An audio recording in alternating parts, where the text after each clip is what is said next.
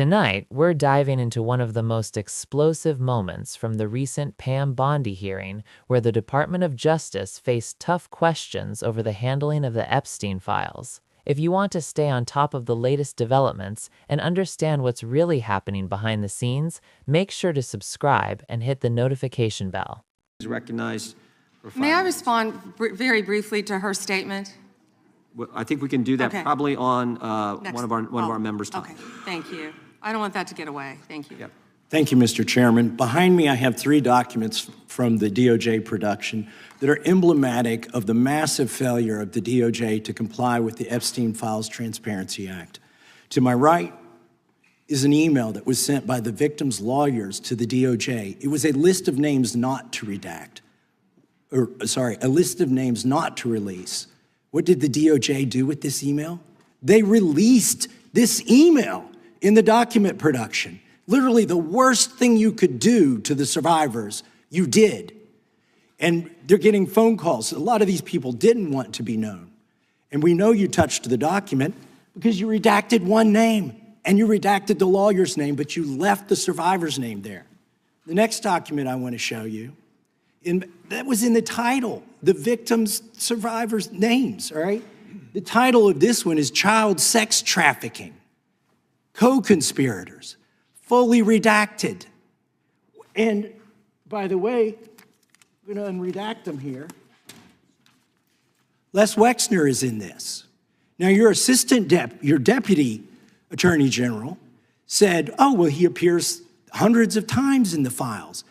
But he doesn't appear in this file until I forced you to release it, where he's listed as a co-conspirator, not to tax evasion, but to child sex trafficking, not to prostitution, not to money laundering, child sex trafficking.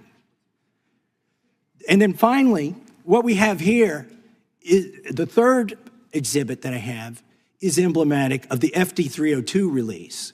These are the documents that we need that you're holding on to and over-redacting because they have the names of the men who are implicated. How do we know? Because the survivors gave testimony to the FBI, and it's in there. And what happens when you go to the portal at the DOJ to look at what's behind this redaction? Another redaction. So we can't even see them. And then there's some of these files you've pulled down from the website that we will never see because we can't search the redactions. So I have several questions for you. Who's responsible? Are you able to track who in your organization made this massive failure and released the victims' names? Are you able to track who it was that obscured Les Wexner's name as a co-conspirator in an FBI document? Do you have that kind of accountability? I believe Wexner's name was listed more than 4,000 times. Yeah, I already told you that. This is where he's listed as a co-conspirator. Can I finish my answer? Come on, let me finish my answer. We corrected that within 40 minutes. He was already, you're acting like everybody's trying to cover up Wexner's name. Reclaiming my time. I'm going to answer this question. Reclaiming my time. Mr. Chairman. This isn't how this works. Can I have my time back? Mr. Chairman. The gentlelady can give her answer. The time belongs to the gentleman from Kentucky. All right, I'm reclaiming my time. Can I give my answer? So yes. I'm going to put the language of the bill up on the screen. Chairman, may I give my answer on that? It's a political joke, and I need to give my answer on that. We'll let the Attorney General respond, and then the gentleman can move to his next question. It's my time. Within 40 minutes, you asked me a question. Within 40 minutes, Wexner's name was added back. Within 40 minutes of me catching you red-handed.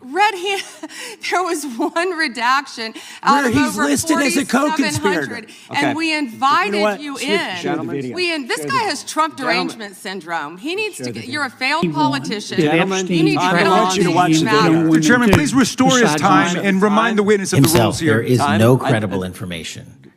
None. If there were, I would bring the case yesterday that he trafficked to other individuals. Is that your position as well?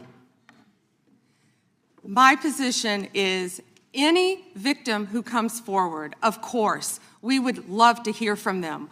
1-800-CALL-FBI. Did you ask Merrick Garland that the last 4 years? Did you talk about Epstein? I am reclaiming my the time. last I'm 4 glad you're years? asking about Merrick Garland. You don't get to reclaim because time this when is you don't- bigger when than you can't- Watergate. when I don't answer a question the way you goes want. over 4 administrations. You don't have to go back to Biden. Let's go back to Obama. Let's go back to George Bush. This cover-up spans decades, and you are responsible for this portion of it. And that's now, where the I want to most know at transparent- what point did the FBI and the DOJ decide that Lex Wexner was not a co-conspirator?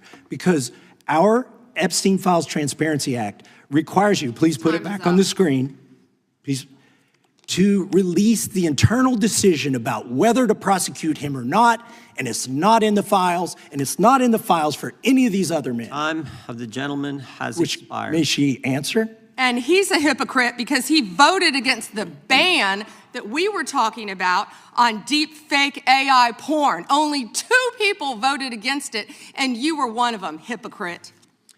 The gentleman's time has expired. She didn't answer the question. Mr. Chairman, Mr. Chairman, could she answer the question? Chairman, I was wondering. The gentlelady's allowed, the Attorney General's allowed to respond the way she wants to respond to any member's questions, Republican, Democrat. All right, I have unanimous consent request. Gentleman's recognized for a UC. All right, this is an example. I'm submitting these 302 forms that are entirely redacted, even when you go to look at them. Without objection. I'm submitting a witness statement that implicates Les Wexner. Without objection. I'm submitting an article from the New York Times that the DOJ released nude photos and identifiable pictures of the victims. I'm submitting a letter from A.G. Bondi to Kash Patel, imploring him to quit keeping the files when you found out that they were keeping files from you, because they're still redacting files that you... Chairman, are we going to recess for votes? Yes, we are. I'm submitting for unanimous consent a document of 17 individuals who've resigned because of the Epstein files. Without objection.